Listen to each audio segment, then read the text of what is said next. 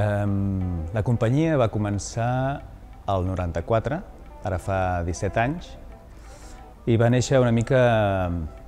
Vaig començar com fent decoracions en paper a bars, a espais com a exhibició, i d'alguna manera d'aquí, d'aquesta espècie d'escultures estàtiques que decoraven, va venir la idea de fer un espectacle gegant, inspirat a la natura. Vaig capturar una aranya i una mantis de veritat i vaig pensar que fer-ho gegant seria fantàstic.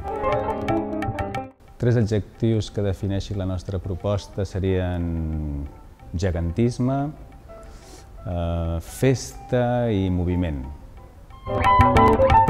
Cultura, per mi, per la nostra manera d'entendre, seria una mica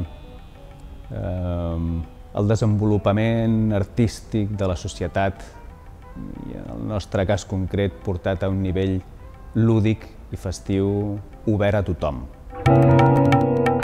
En el nostre àmbit, una mica, que és el teatre de carrer, hi ha un dèficit cultural, en realitat, perquè hi ha poc recolzament d'aquest tipus d'arts escèniques. Es tracta molt més del teatre de sala, o hi ha més ajudes, o té un tractament diferent. Altres països, potser el més avançat en aquest tipus de circ i arts escèniques de carrer seria França, per exemple. Però jo penso una mica al nivell de la resta de països. Què manca? Bé, suposo que manca potser una mica més d'ajuda, encara que sigui facilitar la participació als llocs.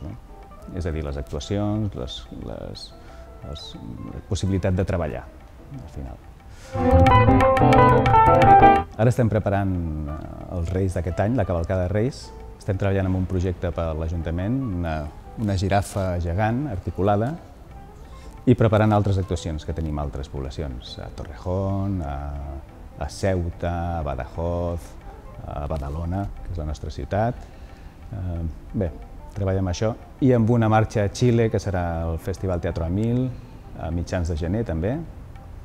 I preparant potser també una marxa a Venezuela, a Caracas. I bé, una mica intentant omplir el calendari per l'any que ve.